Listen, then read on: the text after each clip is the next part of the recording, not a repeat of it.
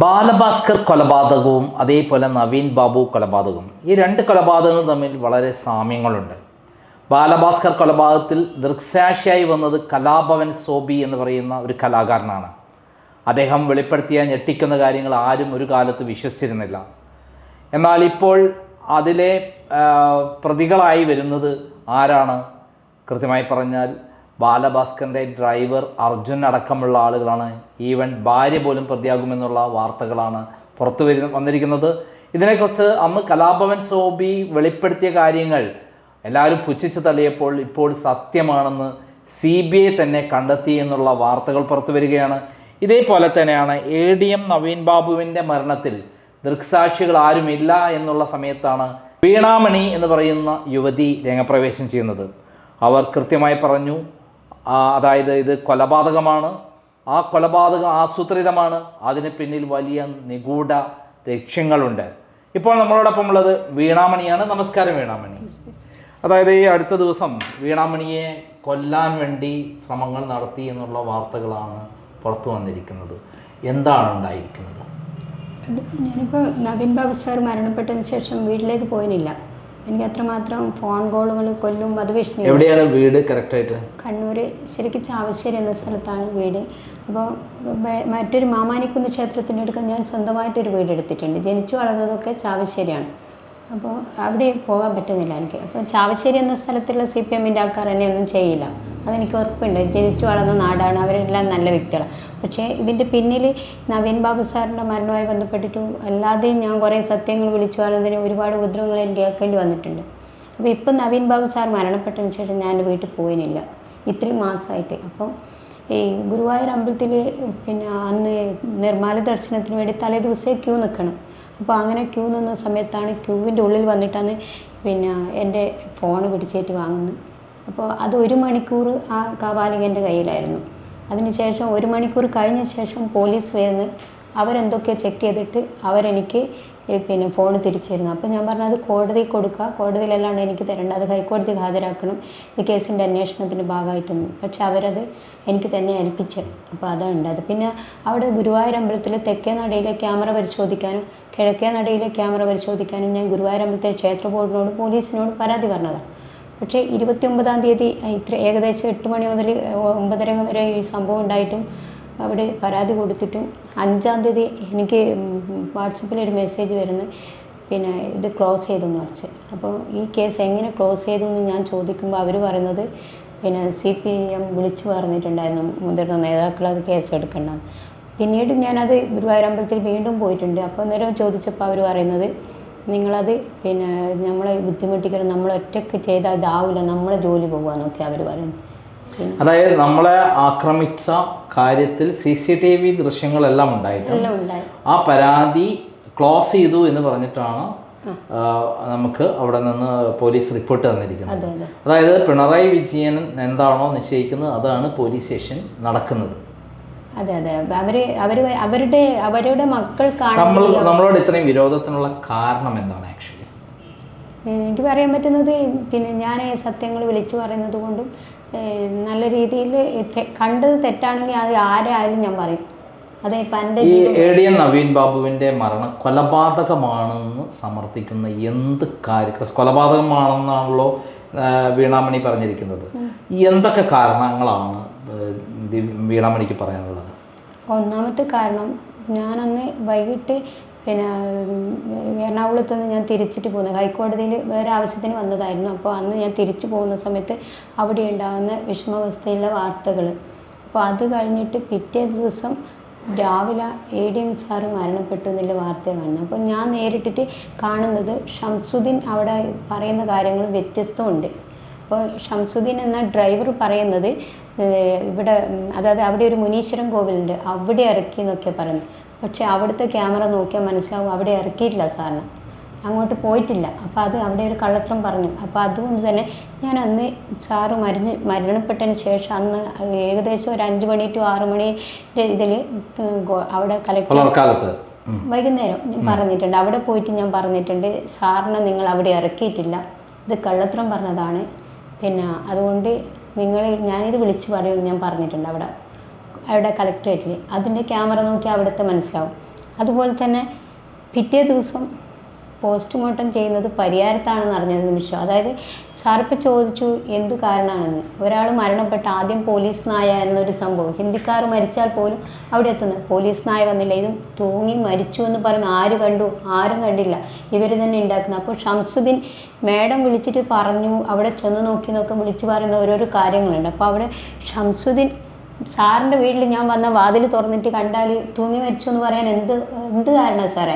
എനിക്ക് സാറിൻ്റെ വീട്ടിൽ ആവശ്യമായിട്ടോ അല്ലെങ്കിൽ ഞാൻ ആദ്യത്തെ തവണയോ ഒന്നും അറിയാതെ വരുന്നതെങ്കിൽ വാതിൽ തുറന്നിട്ട് കണ്ടാൽ എനിക്ക് എന്തിനു ഭയക്കേണ്ട ആവശ്യം? ഇവനവിടെ ഭയക്കുന്നുണ്ട്, എന്തൊക്കെയോ ദുരൂഹതകൾ അവൻ തന്നെ പറയുന്നുണ്ട്. അപ്പോൾ ജനലിൻ്റെ ഉള്ളിൽ കൂടി എത്തി നോക്കിയെന്നു അടുത്ത വീട്ടിലായി അവിടുത്തെ അവരെ വിളിച്ചു എന്നൊക്കെ. അവിടെ ഒരു CPMൻ്റെ ഒരു ചെറിയൊരു പയ്യനെ, അതായത് അവരൊരു എൻജിനീയറെ, അവരാരോ ഒരു തട്ടിപ്പുള്ള ഒരാളെ അതിൻ്റെ അകത്ത് ഡെമ്മിയാക്കിയിട്ട് വെച്ചിട്ടുണ്ട്. അപ്പോൾ ആ കഥാപാത്രത്തിനെ ഞാൻ സാക്ഷിയാക്കി വെച്ചിരിക്കുന്നത്. അപ്പോൾ അതെല്ലാം അവർ കൊണ്ടുവന്ന ഒരു ഡെമ്മിയാണ്, അവരൊന്നും ഇതില്ല. അപ്പോൾ അങ്ങനെ കുറേ കാര്യങ്ങൾ സാക്ഷി അതിൻ്റെ അകത്തില്ല, തൂങ്ങി മരിച്ചു എന്ന് പറയുന്നുണ്ട്. ഒരു നൂല് പോലത്തെ കയറിൽ ഒരു സാമാന്യ ഒരു ഉദ്യോഗസ്ഥന് അവരുടെ വെയിറ്റ് നോക്കുമ്പോൾ എനിക്ക് കാണാൻ പറ്റുന്നത് ഒരു വ്യക്തി ഇത്രയും ഉണ്ടാവും, എന്നാലും ഒരു 55 കിലോയിലധികം ഉണ്ടാവും. അപ്പോൾ ആ വ്യക്തിക്ക് 55 കിലോയിലധികമുള്ള ഒരു വ്യക്തി തൂങ്ങി മരിക്കേണ്ടെങ്കിൽ ഇത്ര പ്ലാസ്റ്റിക് കയറ്, ആ പ്ലാസ്റ്റിക് കയറിന് ബലമുണ്ടെങ്കിൽ അത് കഴുത്ത് മുറിഞ്ഞു പോകും, അതല്ലെങ്കിൽ കയറ് പൊട്ടി താഴും. ഇത് രണ്ടും നടന്നില്ല. അപ്പോൾ പിന്നെ കഴുത്തിനൊന്നും ഞാൻ ഒരു അടയാളം കാണുന്നില്ല. പിന്നെ വേറെ എന്താണെന്ന് വെച്ചാൽ ഞാൻ കണ്ടത് വേറെ സ്ഥലത്താണ് ഇവർ വണ്ടിയിൽ കൂട്ടിപ്പോകുന്നത്. അപ്പോൾ നേരിട്ട് കണ്ടതുകൊണ്ടാണ് ഞാൻ അവിടെ പറഞ്ഞത്. അതായത് നമ്മൾ പറഞ്ഞുകൊണ്ടിരിക്കുന്ന ഏറ്റവും പ്രധാനപ്പെട്ട കാര്യം എന്ന് പറയുന്നത് നവീൻ ബാബുവിനെ ഒരു കാറിൽ കൂട്ടിക്കൊണ്ടുപോകുന്നത് കണ്ടു എന്താണ്? മറ്റേ കാറല്ല, മറ്റേ നമ്മളെന്താ പറയുക, വേറൊരു ഒമിനി പോലത്തെ വണ്ടിയാണ്, അതിനകത്തൊന്ന് കൂട്ടിപ്പോയിനെ. എവിടെ വെച്ചിട്ടാണ് ആക്ച്വലി കണ്ടത്? കണ്ണൂരിൽ ഇങ്ങപ്പുറത്ത് നമ്മൾ അതിൻ്റെ ഇവിടെ ഈ ഭാഗത്തേ അല്ല, മറ്റൊരു ഭാഗത്താണ്. അതാണ് ഇതിൻ്റെ അവിടെ എങ്ങനെ നമ്മൾ എത്തിപ്പെട്ടു? ഞാൻ ഇവിടുന്ന് ഹൈക്കോടതിയിൽ നിന്ന് ഇങ്ങോട്ടേക്ക് വന്നിട്ട് എത്ര മണിക്കാണ് കണ്ടത്? ഏകദേശം ഒരു 5 മണി ആയിട്ടുണ്ടാവും. പുലർച്ചയ്ക്ക് 5 മണിക്കാണ്? ഇല്ലല്ല, ഞാൻ പുലർച്ചക്കല്ല, ഞാൻ തലേ ദിവസം വൈകിട്ടത്തെ സംഭവം. ഏത് സ്ഥലമാണെന്ന് കൃത്യമായി പറയാൻ പറ്റും? പറയാൻ പറ്റും. ഞാൻ അതാ പറഞ്ഞ അവിടുത്തെ എല്ലാം ക്യാമറ പരിശോധിച്ചാൽ മതി. അവിടെ ഞാൻ പോയ വഴികൾ, ഞാൻ വന്ന വഴികൾ, ഇവിടെ കലക്ട്രേറ്റിലടക്കം, അവിടുത്തെ കലക്ട്രേറ്റിലെ മുഴുവൻ ആൾക്കാർക്കും എന്നെ അറിയാം, എല്ലാ ഉദ്യോഗസ്ഥന്മാർക്കും. അപ്പോൾ ഞാനവിടെ പോയിട്ടുണ്ടെന്ന് അവിടുത്തെ എല്ലാവർക്കും അറിയാം. ഈ ADM സാറിന് തന്നെ ഞാൻ പലവട്ടം പാവപ്പെട്ടവർക്ക് വേണ്ടിയിട്ട് കൂട്ടി പോയതു. അവർക്ക് ചായ വാങ്ങിച്ചു കൊടുക്കാനും ചോറ് വാങ്ങിച്ചു കൊടുക്കാനും സാർ അവർക്ക് നേരിട്ട് പൈസ കൊടുത്തൊക്കെ ഞാൻ ദൃക്സാക്ഷിയാണ്. അപ്പോൾ അവിടുത്തെ ക്യാമറയിലും നോക്കിയാൽ മതി, ഈ സാറ് കൈക്കൂലിയൊന്നും വാങ്ങുന്ന ഒരു വ്യക്തിയല്ല. അപ്പോൾ ഇത് ഒരു മരണം നടന്നു എന്ന് പറയുമ്പോൾ ഞാൻ ശ്രദ്ധിച്ചത് 78,500 രൂപ വാങ്ങിച്ചു എന്ന് പറഞ്ഞ് പ്രശാന്തിൻ്റെ മൊഴിയിൽ 2 ഒപ്പുകാരാണ്. അപ്പോൾ അതുകൊണ്ടാണ് ഞാൻ കൂടുതലായിട്ട് അതിനെ മോട്ടിവേഷൻ ചെയ്തത്. അയാൾ ഒരിക്കലും കൈക്കൂലി വാങ്ങില്ല, ഒരു നല്ലൊരു കള്ളത്തരം കാണിക്കുന്ന ഉദ്യോഗസ്ഥനാണെന്ന് അവൾ മരിച്ചോട്ടെന്ന് വിചാരിക്കുക. പക്ഷെ അത് എല്ലാത്തതുകൊണ്ട് തന്നെയാണ് ഞാൻ അതിൻ്റെ അകത്ത് കൂടുതൽ ശ്രദ്ധ എടുത്തത്. എങ്ങനെയാണ് കാറിൽ, ഏത് വിധത്തിലാണ് കാർ കണ്ടത്? നടുക്കായിരുന്നു, മറ്റുള്ള ഈ ഷംസുദ്ദീൻ നടുക്കായിരുന്നു. ഷംസുദ്ദീൻ തന്നെയാണോ കാർ ഓടിച്ചത്? ഷംസുദ്ദീനെ നമുക്ക് അറിയാമോ? എനിക്കറിയാം. ഞാൻ അവിടെയെല്ലാം അവരെ വിളിച്ചിട്ടുണ്ട്, പക്ഷേ ഡ്രൈവർ അന്നേരം എടുത്തില്ല. പക്ഷേ ഞാൻ കളക്ടർക്ക് മെസ്സേജ് കൊടുത്തിട്ടുണ്ട്. കളക്ടർക്ക് ഞാൻ കൊടുത്തു. എത്ര മണിക്ക് കൊടുത്തു? തലേ ദിവസം നിങ്ങൾക്ക് വന്നതാണ് ഇത് സാറേ, ഇതിങ്ങനെ ഇതെല്ലാം കളക്ടർ കൊടുത്തിട്ടുണ്ട്. പോലീസിന് അല്ല, ഈ സംഭവം നടക്കുന്നതിന് മുമ്പ് അല്ല, അതിന്റെ പിറ്റേ ദിവസം ഞാൻ ഇങ്ങോട്ട് വന്നതിന് ശേഷമാണ് കൊടുത്തത്. ഞാൻ കൊടുത്തത് മരണപ്പെട്ടതിന് ശേഷം ഞാൻ കൊടുത്ത മൊഴി. അതുമല്ല, അതിനുശേഷം പോസ്റ്റ്മോർട്ടം ചെയ്തതിന് ശേഷം വ്യക്തമായിട്ട് ഞാൻ വിളിച്ചു പറയുന്നത് കൊന്നതാണ്, ഇന്നതാണെന്ന് പോലീസിനോടും കളക്ടറേറ്റിലും ഒന്നും കൂടി പോയി പറയുന്നുണ്ട്. അപ്പോൾ അത് പറഞ്ഞിട്ടും അതെൻ്റെ കോളുകൾ പരിശോധിച്ചാൽ മതി. പിന്നെ ഞാൻ ഡോക്ടറോട് വിളിച്ചിട്ട്, അവിടെ എനിക്കറിയുന്ന വേറെ സ്റ്റാഫുണ്ട് പരിയാരം മെഡിക്കൽ കോളേജിൽ. അവിടെ ഞാൻ മനസ്സിലാക്കിയത് അവിടെ തട്ടിപ്പുകളും ചതിയും നടക്കുന്നുണ്ട്. ഒരുപാട് കൊലപാതകങ്ങൾ നടന്നിട്ട് അത് തൂങ്ങി മരണമെന്നും നാച്ചുറൽ ഡെത്തും ആക്കി വെച്ച സംഭവങ്ങൾ ഉണ്ടായിട്ടുണ്ട്. എൻ്റെ അടുക്കൽ തന്നെ വേറെ പോസ്റ്റ്മോർട്ടത്തിൻ്റെ റിപ്പോർട്ടൊക്കെ ഉണ്ട്. അപ്പോൾ അതിൻ്റെ അകത്തെല്ലാം ആന്തരികവയവങ്ങൾ പരിശോധിച്ചതിൻ്റെ റിപ്പോർട്ടൊന്നും അതിൻ്റെ അകത്തില്ല. പിന്നെ അതുപോലെ തന്നെ ഭക്ഷണാവശിഷ്ടങ്ങൾ ഇന്ന് ഇത്രയുണ്ട് ഗ്രാമുണ്ടെന്നൊക്കെ എഴുതി വെച്ചിട്ടുണ്ട്, പക്ഷേ അതിൻ്റെയൊന്നുമില്ല. പിന്നെ പോസ്റ്റ്മോർട്ടം ചെയ്ത സ്കള്ളൊന്നുമില്ല, പോസ്റ്റ്മോർട്ടം ചെയ്തില്ലേ. ഞാൻ ബോഡി കണ്ട കുറേ ഇതുണ്ട്, അപ്പോൾ അതൊന്നും ഉണ്ടായില്ല. അതുകൊണ്ട് തന്നെ ഞാൻ ഈ സാറിൻ്റെ പോസ്റ്റ്മോർട്ടം ചെയ്തിട്ടുണ്ടോ ഇല്ലയോ എന്ന് അവിടെ ഒരു ഉദ്യോഗസ്ഥയോട് ഞാൻ ചോദിച്ച് മനസ്സിലാക്കി. അപ്പോൾ 12 മണിക്ക് ഞാൻ അവിടെ ഒരിക്കലും ഞാൻ അവരെ പേര് വെളിപ്പെടുത്തില്ല. എൻ്റെ കോളുകൾ അവിടുത്തെ ഒരു ഉദ്യോഗസ്ഥ അവരുടെ ഇതിൽ വിളിച്ച് സംസാരിച്ച് 12 മണിക്ക് എന്നോട് പറയുന്നത് പോസ്റ്റ്മോർട്ടം ചെയ്യാതെ ഷേവ് ചെയ്ത് ഇതാക്കി പൊതിഞ്ഞ് കെട്ടിക്കൊണ്ടുപോയിട്ടുണ്ട്.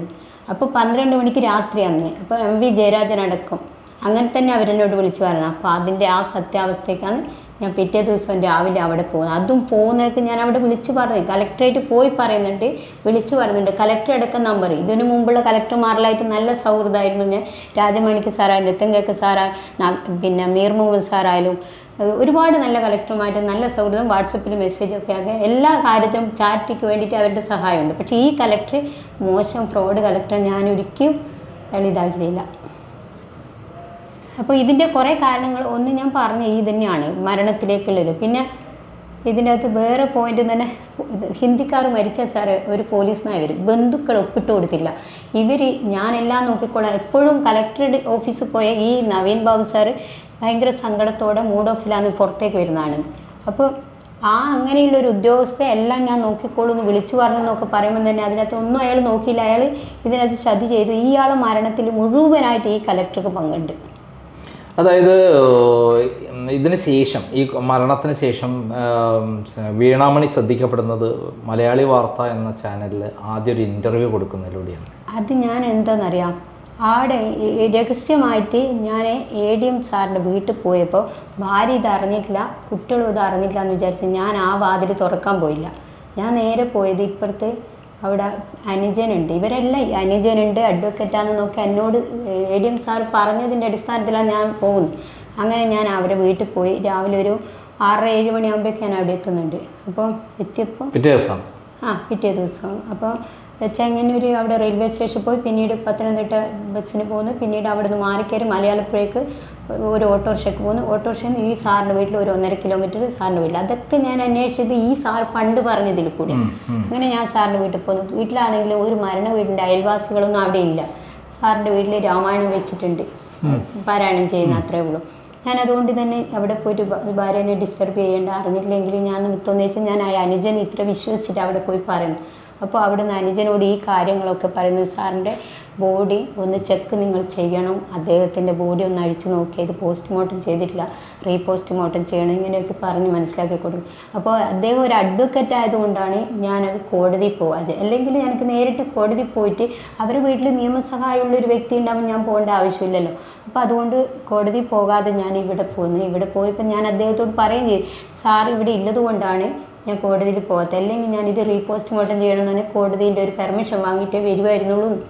അപ്പോൾ എന്നോട് സാറ് ചോദിച്ചൊരു ചോദ്യമുണ്ട്, പിന്നെ നിങ്ങൾ ഈ കേരളത്തിലെല്ലാ ആശുപത്രികളും ഇവിടെയല്ലേ, പിന്നെ ഈ CPM-ൻ്റെ അല്ലേ, അപ്പോൾ എന്താണ് ഇതിൻ്റെ അകത്തുനിന്ന്? അപ്പോൾ ഞാൻ പറഞ്ഞു, അമൃതാനന്ദമയി മഠത്തിൻ്റെ ആശുപത്രികളിൽ പിന്നെ ഷർസി മാഡം മുൻ ജഡ്ജി ഹൈക്കോടതിൻ്റെ അനുജത്തി ഷർലി വാസു സൗമ്യാവധ കേസിൽ ഒരുപാട് നല്ല സത്യസന്ധമായ ഒരു ഡോക്ടറാണ്. അവരുമായിട്ട് നിങ്ങൾ കോണ്ടാക്ട് ചെയ്തിട്ട് ഇത് ഒന്ന് അവർ ഹെൽപ്പ് ചെയ്യും, ഇതിൻ്റെ അകത്ത് സത്യസന്ധത തെളിയും. ഇത് മരിച്ചിരിക്കുന്ന ഒരു വലിയ നല്ലൊരു വ്യക്തിയാണ്. രണ്ടാമത്തത് ഇയാൾ കൈക്കൂലി വാങ്ങിയിട്ടില്ല, അതുകൊണ്ടാണ് ഞാൻ പ്രത്യേകിച്ച് പറയുന്നത്.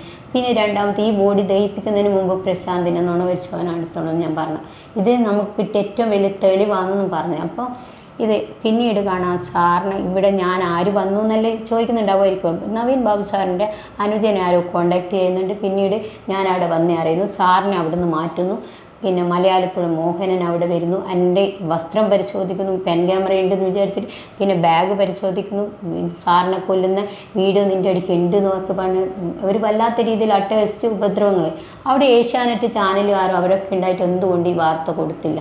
അപ്പോൾ അവർ ഈ ചാനലിനെ മുഴുവൻ കെട്ടി, ഇത് ചാനലിനും പൈസ കൊടുത്ത് അവർ ഈ വാർത്ത പുറത്തു വിടാതിരിക്കാൻ നാടകം കളിച്ചു എന്ന് എനിക്ക് മനസ്സിലാക്കാൻ കഴിയും. അങ്ങനെ അവിടെ നിന്ന് എന്നെ പുറത്താക്കുന്നു. പക്ഷേ എനിക്ക് പുറത്താക്കിയപ്പോഴും ആ കുഞ്ഞുമക്കൾ വിചാരിച്ചിട്ടാണ് ഞാൻ അവിടെ നിന്ന് ഇറങ്ങി വരുന്നത്. 2 പെൺകുട്ടികൾ ഇത് അറിഞ്ഞില്ലെങ്കിൽ അച്ഛൻ്റെ മരണം, അപ്പോൾ ഞാനിത് അവിടെ ഒരു ഇഷ്യൂസ് ഉണ്ടാക്കുമ്പോൾ ആ കുട്ടിയൊക്കെ ഉണ്ടാകുന്ന വേദന എത്രയെന്ന് വിചാരിച്ചിട്ട് ഞാൻ അവിടെ നിന്ന് നേരെ വന്നിട്ട് പത്തനംതിട്ടയിൽ വെച്ച് കളക്ട്രേറ്റിൽ വെച്ച് ഞാൻ ബോഡി ആദ്യം ഒന്ന് നോക്കുന്നത്. അപ്പോഴാണ് ഇവിടെയൊക്കെ ഇതിൻ്റെ നമ്മൾ കണ്ണൂർ ഭാഷയിൽ ഇടിച്ചാൽ ഇങ്ങനെ ഒരു കരിനീല കളർ ഉണ്ടാവും, ഒരു കറുപ്പ് കളർ, ഏകദേശം ഒരു ചോപ്പിൻ്റെ അങ്ങനെ ഇവിടെ ഇങ്ങനെയൊക്കെ കാണുന്നു, പുറകിലെല്ലാം കാണുന്നുണ്ട്. ഞാൻ അത് തെച്ച് മനസ്സിലാക്കിയിട്ടാണ് പിന്നീടും ഞാൻ ഇതിൻ്റെ പുറകത്തെ. പോസ്റ്റ്മോർട്ടം പൂർണ്ണമായി അട്ടിമറിക്കപ്പെട്ടു, പോസ്റ്റ്മോർട്ടം നടത്തിയിട്ടില്ല എന്നാണ് നമ്മൾ. പോസ്റ്റ്മോർട്ടം നടത്തിയില്ല. അയാൾ ആ ഡോക്ടറെ ഒന്ന് നാർക്കോ ടെസ്റ്റ് ചെയ്താലേ ഇതിൻ്റെ യഥാർത്ഥ സത്യം മനസ്സിലാവും. പിന്നെ കണ്ണൂർ 2 ഹോസ്പിറ്റലുണ്ട്. കണ്ണൂർ ഏറ്റവും ഈ മരണം നടന്നത് പിന്നെ ഈ ആകാശവാണീൻ്റെ അടുത്തുള്ള ഒരിതാണ്. അപ്പോൾ ആ കണ്ണൂരിന് അവിടുന്ന് ഒരു ഇത്ര 1/2 കിലോമീറ്റർ ചുറ്റളവിൽ ഒരു ഹോസ്പിറ്റൽ, നല്ല ഹോസ്പിറ്റലാണ് കണ്ണൂർ ഗവൺമെൻറ് ഹോസ്പിറ്റൽ. അതിൻ്റെ ഇപ്പുറത്ത് തന്നെ തലശ്ശേരി ഹോസ്പിറ്റൽ. അവർ 2 സ്ഥലത്ത് നടത്താണ്ട് എന്തിന് പരിയാരത്തേക്ക് പോയി? പരിയാരം എന്ന് പറഞ്ഞാൽ കുറേ ദൂരെയാണ്, അതുമല്ല അങ്ങ് ഭാഗത്തല്ലേ, കാസർഗോഡിൻ്റെ ഭാഗമല്ല. അപ്പോൾ എന്തിനാ അങ്ങനെ ചെയ്ത്? പിന്നെ ഈ പ്രശാന്ത്, ഈ ദിവ്യയുടെ ഭർത്താവ്, അവരവിടെ ജോലി ചെയ്യുന്നവർക്ക് എന്ത് സത്യമാണ് കിട്ടുക? അത് തെച്ച് അവരുടെ ചതിയായിരുന്നു. പിന്നെ ജയരാജ് എന്ന വ്യക്തി ഇവരെ കൂടെ അനുഗമിക്കുന്നു. പിന്നെ ഇവിടുത്തെ പത്തനംതിട്ടയിലെ പാർട്ടി സഖാക്കളും കണ്ണൂരിൻ്റെ സഖാക്കളും ഒത്തുകൂടിയിട്ടുള്ള ഇവരുടെ ഈ ഇവരുടെ ഭാഗത്താണ് തോന്നിപ്പിക്കാൻ വേണ്ടിയിട്ടുള്ള നാടകങ്ങൾ. പിന്നെ മന്ത്രി രാജൻ എന്ന വ്യക്തിക്ക് നമ്മുടെ അഡ്വക്കേറ്റ് അല്ല, അവർ പിന്നെ കലക്ടറാണെന്ന് തോന്നുന്നു, ഡോക്ടർ ഇവരില്ലേ ഗീത മാഡം, അവർ നല്ലൊരു റിപ്പോർട്ട് സത്യസന്ധമായിട്ട്, വളരെ സത്യസന്ധമായിട്ടുള്ള റിപ്പോർട്ട് കൊടുത്തിട്ട് അതെന്തുകൊണ്ട് പൂഴ്ത്തിവെച്ച്? ഇതൊക്കെ ഞാൻ അന്വേഷണം നടത്തിയത് നല്ല വ്യക്തമായിട്ട് ആ മാഡം സത്യസന്ധമായിട്ട് പറഞ്ഞ കാര്യങ്ങൾ എഴുതി വെച്ച് കൊടുത്ത റിപ്പോർട്ട് ഇപ്പോൾ കാണുന്നില്ല. അത് മന്ത്രി രാജന് കൊടുത്തു എന്ന് പറഞ്ഞാൽ ആ റിപ്പോർട്ട് എവിടെ? അതൊക്കെ ഇതിൻ്റെ അകത്തുനിന്ന് ദുരൂഹതകൾ ചെയ്യുന്നു. ഇപ്പോൾ നേർക്ക് തിരിഞ്ഞു. എന്തുകൊണ്ടായിരിക്കാം ഈ നവീൻ ബാബുവിനെ കൊന്നത്? അവിടുത്തെ കണ്ണൂരിൽ ചങ്ങളായി പഞ്ചായത്തിൻ്റെ ഭൂമികൾ, പിന്നെ തളിപ്പറമ്പിൽ തൃച്ചമ്മര ക്ഷേത്രം, രാജരാജേശ്വരി ക്ഷേത്രം, വൈദ്യനാഥ ക്ഷേത്രം, ആ ഭാഗങ്ങളുടെ ഭൂമികൾ, ആർളം പഞ്ചായത്തിൻ്റെ ഭൂമികൾ, പിന്നെ പടിയൂർ ഗ്രാമപഞ്ചായത്തിൻ്റെ കുറേ ഭൂമികൾ, ഇങ്ങനെയുള്ളതെല്ലാം ഒരുപാട് പാർട്ടി സഖാക്കളുടെ കയ്യിൽ. ദിവ്യക്ക് ഇപ്പം എത്ര സ്ഥലമുണ്ട് ഒന്ന് രഹസ്യാന്വേഷണം നടത്തേണ്ടി വരും. അങ്ങനെ ഉള്ള കുറേ കാര്യങ്ങൾ ഇവരെല്ലാവരും ഒറ്റക്കെട്ടാണ്. അപ്പോൾ അതിൻ്റെ പിന്നിൽ പ്രവർത്തിക്കുന്ന ഭൂമീൻ്റെ കാര്യങ്ങൾ മുഴുവനും ADM സാറിന് അറിയാം. അതിൻ്റെ ബേസിലാണ്. അല്ല സാറ് കൈക്കൂലി വാങ്ങിച്ചു എന്ന് പറഞ്ഞാൽ കൊടുത്താക്ക്. പിന്നെ ഇപ്പോൾ അവർ ജയിലിലിട്ടുണ്ടല്ലേ പ്രശാന്ത് രണ്ടൊപ്പുകാരൻ പറയുന്നത് വാട്സപ്പിൽ മുഖ്യമന്ത്രിക്ക് മെസ്സേജ് അയച്ചു എന്നൊക്കെ പറയുന്നു, പരാതി കൊടുത്തു. അയാൾ യൂട്യൂബിൽ കണ്ടതാണ്. അപ്പോൾ ഒരാൾ കൈക്കൂലി കൊടുത്തു, സാർ ഒരിക്കലും വാങ്ങില്ല, ADM സാർ വാങ്ങില്ല ഉറപ്പാണ്. പക്ഷേ ഈ കൊടുത്തു എന്ന് പറഞ്ഞാൽ അത് കൊടുത്തു എന്ന് പറയുമ്പോൾ അയാൾ അറസ്റ്റ് ചെയ്യേണ്ട സമയം കഴിഞ്ഞില്ലേ, അതെന്തുകൊണ്ട് ചെയ്തില്ല? പിന്നെ ചാനലിൽ അന്ന് ഇദ്ദേഹത്തിനെ അപമാനിച്ചിട്ട് ഒരു വീഡിയോ പിടിച്ചിട്ട് പുറത്ത് വിട്ടിട്ടുണ്ട്. പത്തനംതിട്ടയിൽ മുഴുവൻ സ്ഥലത്തും അത് വൈറലാക്കി വെച്ചിട്ടുണ്ട്, ഇദ്ദേഹം കൈക്കൂലി വാങ്ങിയെന്ന്. അന്നേരം ആ ചാനലുകാരനെതിരെ എന്തുകൊണ്ട് കേസെടുത്തില്ല? ഇങ്ങനെയുള്ള കുറേ കാര്യങ്ങൾ. കണ്ണൂരിൽ അവിടെ ഒരു ചാനലുകാരൻ വന്നിട്ട് ക്ഷണിക്കാത്ത സദസ്സിൽ വന്നിട്ട് ഒരു വീഡിയോ എടുത്തിട്ട് പുറത്തു വിടുന്നുണ്ട് കൈക്കൂലി വാങ്ങിച്ചു എന്ന് പറഞ്ഞാൽ. അപ്പോൾ അവർക്കെതിരെ എന്തുകൊണ്ട് കേസെടുത്തില്ല? ദിവ്യ അപമാനിച്ചു എന്ന് വെച്ചാൽ കുറേ കേസ് ചാനലുകാർക്ക് എടുത്തിനല്ലോ. ചാനലുകാരെ എതിരായിട്ട് കണ്ണൂരിലെ വിഷയം എടുത്തിട്ടുണ്ട് അവർ. അപ്പോൾ ഇവരെ മാത്രം എന്തുകൊണ്ട് എടുത്തില്ല? അങ്ങനെ കുറേ ചോദ്യങ്ങൾ നമുക്ക് തന്നെ മനസ്സിലാക്കാൻ പറ്റും. ഇതിനകത്ത് ഗോവിന്ദ മാഷ വൈഫിൻ്റെയും ശ്യാമൾ ടീച്ചറുടെ ഈ ഗോവിന്ദ മാഷ മോൻ്റെത്, MV ജയരാജിൻ്റെ, ദിവ്യയുടെ ഭർത്താവിൻ്റെ, കലക്ടറുടെ ഷംസുദ്ദീൻ്റെ, ഇവരുടെയൊക്കെ പ്രശാന്തിൻ്റെ ഫോൺ കോളുകൾ പരിശോധിച്ചാൽ തികച്ചും സത്യാവസ്ഥ തിരിയും. അവിടുത്തെ കണ്ണൂർ കലക്ടറേറ്റിൽ ADM സാറ് നിന്ന സ്ഥലത്തിൻ്റെയും ഇപ്പോൾ ഇവർ നുണ പറഞ്ഞിട്ടുണ്ട്. ഷംസുദ്ദീൻ എന്ന ഡ്രൈവർ റെയിൽവേ സ്റ്റേഷനിൽ പോയി നോക്കി, അവിടുത്തെ എല്ലാം കോളുകൾ വീഡിയോ ക്യാമറ പരിശോധിച്ചാൽ മനസ്സിലാവും. പിന്നെ വേറൊരു വലിയൊരു ചതി എന്ന് വെച്ചാൽ സാറ് ട്രെയിനിൽ കയറി എന്നൊക്കെ പറഞ്ഞ് മെസ്സേജ് അയച്ചു. അങ്ങനെ ഒരു സംഭവം നടന്നില്ല. പിന്നെ ഗുണ്ടേൻ്റെ കയ്യിൽ ഫോൺ എൻ്റെ കയ്യിൽ കിട്ടിയാൽ എനിക്കെന്തും എഴുതി തയ്യാറാക്കിയിട്ട് അത് കൊടുക്കാമല്ലോ. അപ്പോൾ ഗുണ്ടേൻ്റെ കയ്യിൽ നിന്ന് അങ്ങനെ ഒരു സംഭവം മെസ്സേജ് അയച്ചതായിരിക്കാം. അങ്ങനെ ഒരു സംഭവം ഉണ്ടെങ്കിൽ അതിൻ്റെ സമയം മൊബൈൽ ആ സമയത്ത് അവരെ കൈവശം വെച്ചിട്ട് സാറിൻ്റെ കയ്യിലില്ല, അത് ഗുണ്ടേൻ്റെ കയ്യിൽ വെച്ചിട്ട് 12 മണി വരെ ADM സാറിൻ്റെ വൈഫിനെ വിളിച്ചു എന്നൊക്കെയാണ് അനുജൻ എന്നോട് പറഞ്ഞത്. അപ്പോൾ ആ വിളിച്ചു എന്നല്ല, ഈ കോളല്ല മെസ്സേജ് അയച്ചു. ആരാണ് യഥാർത്ഥ പ്രതികൾ ഇതിനകത്ത് ഉദ്ദേശിക്കുന്നത്? ഇതുവരെ വീണാമണിയുടെ കുറേ കാര്യങ്ങൾ പഠിച്ചല്ലോ. ഇതിൻ്റെ അകത്ത് നമ്മുടെ ഈ ദിവ്യയുടെ ഇത് ആയിട്ട് ബന്ധപ്പെട്ടിട്ട് ദിവ്യ ഒരു ഡമ്മി മാത്രമാണ്. അവളെ ഇതിനകത്ത് ഫോണുകളിൽ ഇത് അങ്ങനെയുള്ള സംഭവങ്ങളേ ഉള്ളൂ. ഇതിനകത്ത് ശശി എന്ന വ്യക്തിൻ്റെ ഫോൺ, അവരുടെ കോളുകൾ പരിശോധിക്കുമ്പോൾ ഈ കൊലപാതകത്തിൽ എത്ര ആസൂത്രിതമായിട്ട് ചെയ്തിരുന്നു മനസ്സിലാവും. ഗോവിന്ദ മാഷും ശ്യാമള എന്ന അവരുടെ വൈഫും മോൻ്റെ ഇത് പരിശോധിച്ചു. MV ജയരാജന് എന്താണ് പങ്ക്, ഇതൊക്കെ മനസ്സിലാവും. നേരിട്ട് പങ്ക് MV ജയരാജന് ഇല്ലെങ്കിലും നേരിട്ട് പങ്ക് MV ജയരാജനാണല്ലോ കൂടെ പോയി അത് പത്തനംതിട്ട പോയി വിശ്വാസം കൊടുത്ത് ഞങ്ങൾ കൂടെ ഉണ്ടെന്ന് പറയുകയും എന്നിട്ട് അവരുടെ ബോഡി കത്തിക്കുന്നത് അന്ന് റീപോസ്റ്റ്മോർട്ടം നടത്താൻ അനുവദിച്ചില്ല. അവരാണ് അതിന് കാരണം, MV ജയരാജൻ. അതുകൊണ്ട് നേരിട്ടിട്ട് കൈയെടുത്തിട്ട് കൊന്നിട്ടില്ലെങ്കിലും അയാൾ പരോക്ഷമായിട്ട് അതിൻ്റെ അകത്ത് 100% പങ്കുണ്ട്. MV ജയരാജന് എന്തായാലും അതിൻ്റെ അകത്ത് പങ്കുള്ളത് കൊണ്ടാണ് അയാൾ നേരിട്ടിട്ട് അവിടെ പോയി ബോഡി കത്തിക്കാൻ ഭയങ്കര. ഇപ്പോൾ ഹൈക്കോടതിയിൽ CBI അന്വേഷണം ആവശ്യപ്പെട്ട് കൊടുത്ത ഹർജിയിൽ അഡ്വക്കേറ്റ് പോലും ചതിച്ചു എന്നുള്ള വാർത്തയാണ് വരുന്നത്. അതിൻ്റെ അകത്താണ് എനിക്ക് പറയാൻ കഴിയുന്നത്. അനുജൻ ഇത്രയും നല്ലൊരു അഡ്വക്കറ്റായിട്ട് അവർക്ക് എന്തുകൊണ്ട് നല്ലൊരു അഡ്വക്കറ്റിനെ വേറെ വെച്ചുകൂടി? ഇതിന് മുമ്പുള്ള അഡ്വക്കറ്റ് നല്ലതായിരുന്നു. ഇയാൾ ഇപ്പോഴുള്ള ശ്രീകുമാർ എന്ന വ്യക്തി അവരുടെ എത്തിക്സിന് തന്നെ നമുക്കൊരു എൻറോൾമെൻറ്റ് ചെയ്യുമ്പോൾ നമുക്കൊരു എത്തിക്സ് ഉണ്ട്. അപ്പോൾ അതിൻ്റെ അകത്ത് വാക്ക് മാറ്റി പറയാൻ പറ്റില്ല, നമ്മൾ ചതിക്കാൻ പാടില്ല. അപ്പോൾ അത് തെറ്റല്ലേ ചെയ്തത്? അപ്പോൾ അവർ പാവം ഒരു ലേഡിയാണ് നമ്മുടെ ADM സാറിൻ്റെ വൈഫ്. അപ്പോൾ അവരെ ചതിച്ചു, വിശ്വാസവഞ്ചന ചെയ്തു. ഇനി ഈ സാറിൻ്റെ വൈഫിനോട് എനിക്ക് പറയാനുള്ളത്, വീട്ടിലുള്ളവരെ പോലും ഈ കാര്യത്തിൽ വിശ്വസിക്കരുത്. എപ്പോഴും എന്താണ് കോടതിയുടെ നിലവാരം എന്നറിയാം, അവിടെ കോടതിയിൽ തന്നെ ഹാജരാവണം. അപ്പോൾ എന്നിട്ട് നേരിട്ട് തന്നെ സാറിൻ്റെ വൈഫിന് പറയാനുള്ള പറയണം, എന്നാലേ ഇതിൻ്റെ തെളിവ് വരുള്ളൂ. വീണാമണി ഇതിനകത്തൊരു ദൃക്സാക്ഷിയാണ്. അതുകൊണ്ട് സാക്ഷിയെ വരാൻ കൃത്യമായ അന്വേഷണം നടത്തുകയാണെങ്കിൽ സാക്ഷിയെ വരേണ്ട ആളാണ്. വീണാമണി വധഭീഷണിയെ ഭയപ്പെടുന്നുണ്ടോ? വധഭീഷണിന് ഭയപ്പെടുന്നില്ല. പക്ഷേ എനിക്ക് കൊന്നു കെട്ടി തൂങ്ങി മരണമെന്ന് പറയുന്നത് ഇഷ്ടപ്പെടില്ല. അതുപോലെ ഒരു വാഹന അപകടത്തിൽ മരിച്ചിട്ട് അത് തനിയെ വാഹനം വന്നതാണ്, അങ്ങനെയുള്ള ഇത് ഇഷ്ടപ്പെടുന്നില്ല. നിങ്ങൾക്ക് എന്നോട് ഫൈറ്റ് പറ്റുന്നുണ്ട് നേരിട്ടിട്ട്. ഞാൻ മുഖംമൂടി ധരിച്ചിട്ടൊന്നല്ല എവിടെയും പോകുന്നത്. പക്ഷേങ്കിൽ പിന്നെ തൂങ്ങി മരണമെന്നും അങ്ങനെയുള്ള ഉണ്ടാക്കരുത്. വാഹന അപകടത്തിൽ അവരുണ്ടാക്കും. അതുകൊണ്ടാണ് അത് ഞാൻ വധഭീഷണി. എൻ്റെ അടുത്ത് ഫോണിൽ വിളിച്ച് സംസാരിച്ചത് കൊല്ലുമെന്ന് പറഞ്ഞിട്ടാണ്. അപ്പോൾ കൊല്ലുമെന്ന് പറയുമ്പോൾ എനിക്ക് ആ കൊല്ലുന്നതിന് ഭയമില്ല. എൻ്റെ ശരീരത്തിനല്ലേ സാറെ കളയാൻ പറ്റും, എൻ്റെ ആത്മാവിനെ അവർക്കൊന്നും വിചാരിച്ചാൽ കളയാൻ പറ്റില്ല. അപ്പോൾ അതിൻ്റെ കൊല്ലുന്നതിനല്ല ഭയം, പക്ഷെ തൂങ്ങി മരണമെന്ന് പറഞ്ഞാക്കുന്നതിന് ഇതുണ്ട്. ഈ കലാഭവൻ സോബി, അതായത് നമ്മുടെ ബാലഭാസ്കർ കൊലപാതകത്തിൽ ഏക സാക്ഷിയായി വന്നിട്ട് കലാഭവൻ സോബിയാണ്. അന്ന് മുതൽ ഇന്ന് വരെ ഇത് കൊലപാതകമാണെന്നും ഞാൻ നേരിട്ട് കണ്ടിട്ടുണ്ടെന്നും പറഞ്ഞപ്പം ആരും വിശ്വസിച്ചിരുന്നില്ല. ഇതേപോലെയാണ് ഇപ്പോൾ വീണാമണി അതിൻ്റെ പിന്നിൽ അന്ന് മുതൽ ഇന്ന് വരെ ഒരേപോലെ പറയുകയാണ്, ഇത് കൊലപാതകമാണ്, ഞാൻ നേരിട്ട് കണ്ടിട്ടുണ്ട്, അദ്ദേഹത്തെ തട്ടിക്കൊണ്ടുപോകുന്നത് കണ്ടിട്ടുണ്ട്. ഇതുവരെ വീണാമണിയെ മാത്രം പോലീസ് വിളിച്ചു വരുത്തി ചോദ്യം ചെയ്തിട്ടില്ല. അല്ല, പോലീസിന് നന്നായിട്ട് അറിയാം. പോലീസിൻ്റെ കോളുകളിൽ ഞാൻ വിളിച്ച് സംസാരിച്ച് പോലീസിന് ഈ സത്യം നന്നായിട്ട് അറിയാം.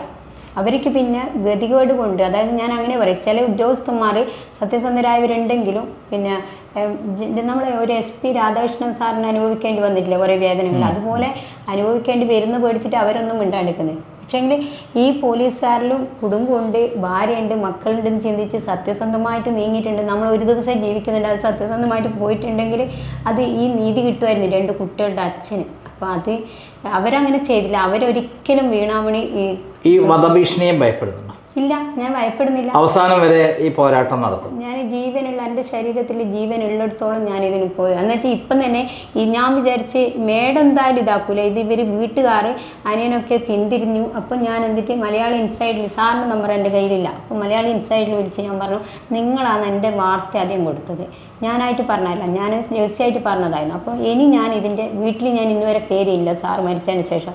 അതുകൊണ്ട് ഞാൻ ഫൈറ്റ് പറ്റും. ഞാൻ സുപ്രീം കോടതിയിൽ ഈ കേസുമായി മുന്നോട്ട് പോകും. ഡോക്ടറെ നാർക്കോ ടെസ്റ്റ് ചെയ്യണം, സംസുദിനെ നാർക്കോ ടെസ്റ്റ് ചെയ്യണം, അതുപോലെ തന്നെ പ്രശാന്തിനെ, പിന്നെ ഇതിൻ്റെ അകത്ത് കുറേ ആൾക്കാരുണ്ട്. അപ്പോൾ അവരെയൊക്കെ നാർക്കോ ടെസ്റ്റ് ഇതിൻ്റെ പ്രധാന തെളിവുകൾ കലക്ടറൊക്കെ ഇത് ചെയ്യുമ്പോൾ ഞാൻ കൊണ്ടുവരും. അതിന് വേണ്ടിയിട്ട് ഞാൻ സുപ്രീം കോടതിൻ്റെ അവിടെ പോയിട്ട് ഞാൻ സമരം ഇരിക്കും ഉറപ്പായിട്ടും. ഇത് സത്യം തെളിയണം. ഇനിയൊരു കൊലപാതകം ഒരു തൂങ്ങിമരണാക്കി മാറ്റാൻ പറ്റില്ല. ഈ കൊലപാതകം തെളിയുമെന്ന് വീണാമണി വിശ്വസിക്കുന്നുണ്ടോ? ഞാൻ വിശ്വസിക്കുന്നു. ഞാൻ ഇതിൽ മുന്നോട്ട് കൊണ്ടുപോകും. മരണപ്പെട്ടാൽ എല്ലാവരെയും കൂടെ സ്വത്താണ്. ഇപ്പം നവീൻ ബാബു സാറ് നമ്മുടെ എല്ലാവരും സ്വത്താണ്. അവരുടെ വൈഫിൻ്റെ മാത്രമല്ല, അവരുടെ കുട്ടികളെ മാത്രമല്ല, എല്ലാവരും സമൂഹത്തിൻ്റെയാണ്. ഞാൻ ഇത് ഫൈറ്റ് പറ്റും. എന്താണെന്ന് വെച്ചാൽ ഇത്രയും മാസമായിട്ട് ഞങ്ങൾക്ക് വീട്ടിൽ കയറാൻ പറ്റില്ല. ഞാൻ അതുകൊണ്ട് ഇനി ഇതിൻ്റെ മുന്നോട്ട് ഞാൻ സുപ്രീം കോടതിൻ്റെ അടുത്ത് തന്നെ നിന്നുകൊണ്ട് തന്നെ ഞാൻ ഇത് ചെയ്യും. കണ്ണൂരിൽ നിന്ന് ധീരയായ യുവതിയാണ് ADM നവീൻ ബാബുവിൻ്റെ മരണം കൊലപാതകമാണെന്ന് പറഞ്ഞ് ആദ്യം വിളിച്ചു പറഞ്ഞത്. തുടർന്നവർ അതിൻ്റെ പിന്നാലെ തന്നെ സഞ്ചരിക്കുകയാണ്. അവരെ ഇതേവരെ പോലീസ് ചോദ്യം ചെയ്തിട്ടില്ല. SIB എന്ന് പറയുന്ന സ്പെഷ്യൽ ഇൻവെസ്റ്റിഗേഷൻ ടീം ഉണ്ടെങ്കിലും ഇതുവരെ ചോദ്യം ചെയ്യാത്തതിൽ നിന്ന് മനസ്സിലാക്കേണ്ടത് അവരുടെ അന്വേഷണം ശരിയായ വിധത്തിലല്ല പോകുന്നത്, അവർ അട്ടിമറിക്കുകയാണ് എന്നാണ്. ഇപ്പോഴിതാ CBI അന്വേഷണം ഹർജി ഫയൽ ചെയ്തിട്ടും അഡ്വക്കേറ്റ് പോലും മഞ്ജുഷയെ ചതിച്ചിരിക്കുകയാണ്. ഈ സന്ദർഭത്തിൽ ധീരയായി സ്വന്തം ജീവൻ തന്നെ നഷ്ടപ്പെട്ടാലും ഇനി പ്രശ്നമല്ല, അവസാനം വരെ ഈ കേസ് തെളിയിക്കാൻ വേണ്ടിയും ഞാൻ ഉണ്ടാകുമെന്ന് പറഞ്ഞുകൊണ്ടാണ് വീണാമണി ഇപ്പോഴും ഫൈറ്റ് ചെയ്തുകൊണ്ടിരിക്കുന്നത്. അവർക്ക് വിജയമുണ്ടാകട്ടെ, ഈ കേസ് തെളിയട്ടെ എന്ന് മാത്രമാണ് ഈ സന്ദർഭത്തിൽ പറയാനുള്ളത്. നന്ദി, നമസ്കാരം.